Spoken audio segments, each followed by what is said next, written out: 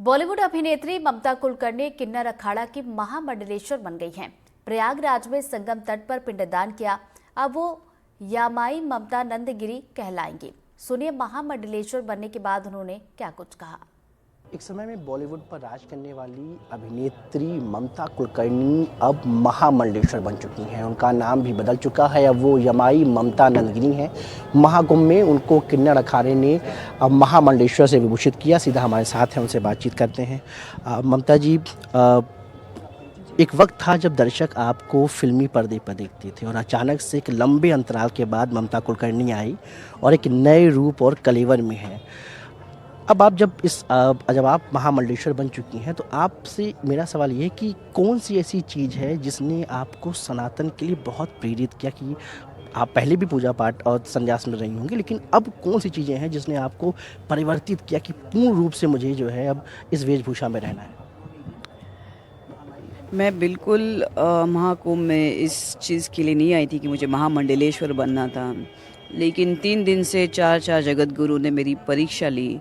मुझे आध्यात्मिक और ध्यान तप के सब प्रश्न मुझे पूछे गए, जो एक तपस्वी एक दूसरे तपस्वी को पूछ सकता है, ऐसे प्रश्न मुझे पूछे गए और मैंने उनको एक एक करके उनके सब प्रश्नों को जवाब देती गई। तो उनको समझ में आया कि मैंने वाकई जो मैं कह रही हूँ कि मैंने 23 साल तप किया, ध्यान किया, योग किया, ब्रह्मचर्य प्राप्त किया। मेरे वो प्रश्न के उत्तर को समझने के बाद ही मुझे महामंडलेश्वर बनाने की इन लोगों ने चेष्टा की है। जैसे एक खिलाड़ी हो, वो 4-5 साल मेहनत करता है कि ताकि उसको ओलंपिक में मेडल मिल जाए, तो वैसे मेरे 23 साल का ध्यान तप वैराग्य अष्टांगा योगा वो सब का एक पूर्णाहुति स्वरूप है महामंडलेश्वर बनना। अब ममता जी, जैसे आपने बात की कि आप महामंडलेश्वर नहीं बनना चाहती थी, लेकिन ये एक लोग जानना चाहते हैं कि अब ममता जी पूरे तरीके से इसमें है। एक सवाल ये बार बार उठ रहा है कि जो किन्नर अखाड़ा है उसने आपको महामंडलेश्वर बनाया है। जैसे कल लक्ष्मी जी भी कह रही थी कि जो है इसमें आपको किसी प्रकार का रोक टोक नहीं है। तो और आपने भी कहा कि आप फिल्मी दुनिया वापस नहीं जा, लेकिन अगर धर्म को लेकर कई फिल्में जैसे बनती आई हैं और बनेंगी भी, तो क्या ममता जी उसमें रोल करेंगी और सनातन के प्रचार प्रसार के लिए उसमें किस तरह से काम करने की कोशिश करेंगी?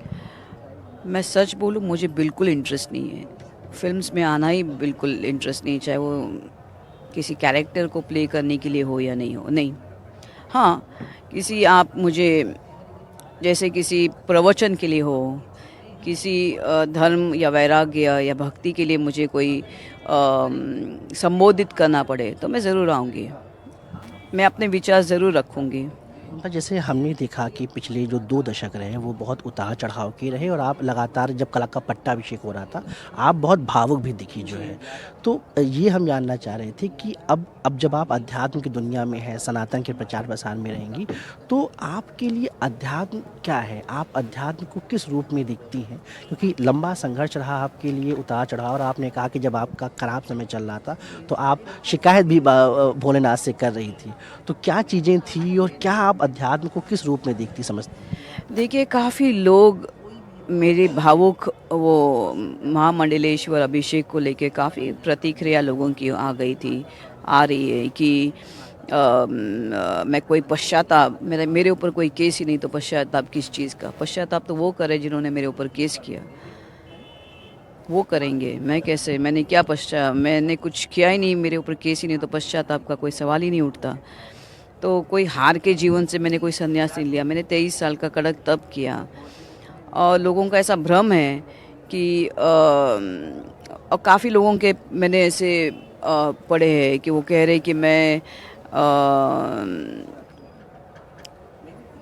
हार के जीवन से, और उनको लगता है कि कुछ लोगों को ऐसा भी है कि मैंने ये क्यों किया सनातन धर्म, ये क्यों मैंने भव्य कपड़े धारण किए। उनको बहुत अफसोस हो रहा है कि मैंने ऐसे क्यों किया, मैंने बहुत बड़ी गलती की इसको चूज़ करके। तो मैं बोला, 23 साल का तप जो होता है आदमी करता है, उसकी जो अवार्ड होता है, और मैं इनफैक्ट जब अभिषेक हो रहा था मेरे ऊपर, मैं तो भगवान को, मेरे सुख के आंसू निकल रहे थे। मैं भगवान को बार बार कृतज्ञ हो गई थी कि आपने मुझे ये दिया इस चीज़ के लिए मेरे लिए दिन रखा था, वो भी कल शुक्रवार था। फिर हम लोग बोलते हैं कि पाराशक्ति ईशानाय विद्महे आद्य शक्ति सदाशिवाय धीमहि सज्जोता वाम रुद्राय प्रचोदयात। तो साक्षात अर्धनारेश्वर का स्वरूप ने आके मुझे उनके महामंडलेश्वर में मुझे न्योता दिया। तो मुझे और क्या चाहिए? फिर चार जगत गुरु ने मेरी परीक्षा ली, मुझे और क्या चाहिए क्या? ममता जी, जैसे सनातन को इसलिए मैं लेकर आनंदित हो गई थी, इसलिए मेरे आश्रु थे वो सुख के आश्रु थे और किसी चीज़ के लिए नहीं थे। पश्चाताप किस लिए? कर्म ही नहीं किया तो किस चीज़ का पश्चाताप हो? ममता जी, जैसे कई लोग सनातन पे अब सवाल भी उठा रहे हैं और महाकुंभ को लेकर भी सवाल उठा रहे हैं। आप बार बार जिक्र कर रहे हैं कि आप सनातन के प्रचार प्रसार में पूरी शिद्दत के साथ लगेंगी, तो उन लोगों के लिए आप क्या कहेंगी जो सनातन पे सवाल उठाते हैं, सनातन पे उंगलियां उठाते हैं और महाकुंभ को लेकर भी उनका विरोध कर रहे हैं?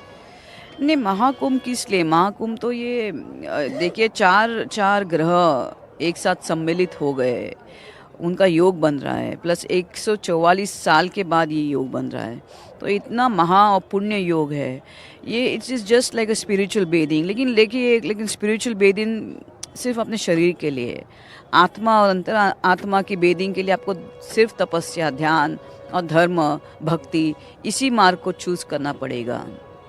आखिरी सवाल आपसे ये है कि आप फिल्मी दुनिया से अब आप सनातन के को प्रचार प्रसार में लगेंगी, आप जो है महामंडलेश्वर बन गई। आप उन लोगों के लिए क्यों आपको लगता है कि लोगों को सनातन की तरफ आकर्षित होना चाहिए? क्यों लोगों को एक समय आना चाहिए कि अध्यात्म की तरफ अधिक समय देना चाहिए? जैसे आपके जीवन में परिवर्तन आया, तो ऐसे कई लोग हैं, तो उनके लिए आप क्या कहेंगी? देखिए, भौतिक जीवन कब तक आपको, अगर भौतिक जीवन आपकी भूख है तो वो ही रही है। हर चीज़ इम्पॉर्टेंट है, अर्थ धर्म काम मोक्ष, ये 4 पिलर है, 4 स्तंभ है। तो जिसको जैसी मर्जी वैसे करे, लेकिन आध्यात्मिक जीवन नित्य होता है। आप एक बार इसमें कूद जाओगे, आप कुछ साल ध्यान करो, ईमानदारी से भक्ति करो ईश्वर की, गुरु की, आप देखो ऐसी ऐसी ध्यान की अवस्थाएं आपके सामने आएंगी कि आपको ये भौतिक सुख ही आपको तुच्छ लगने लगेगा और आप कहेंगे कि अरे बाप रे, मैंने इतनी देर क्यों लगाई।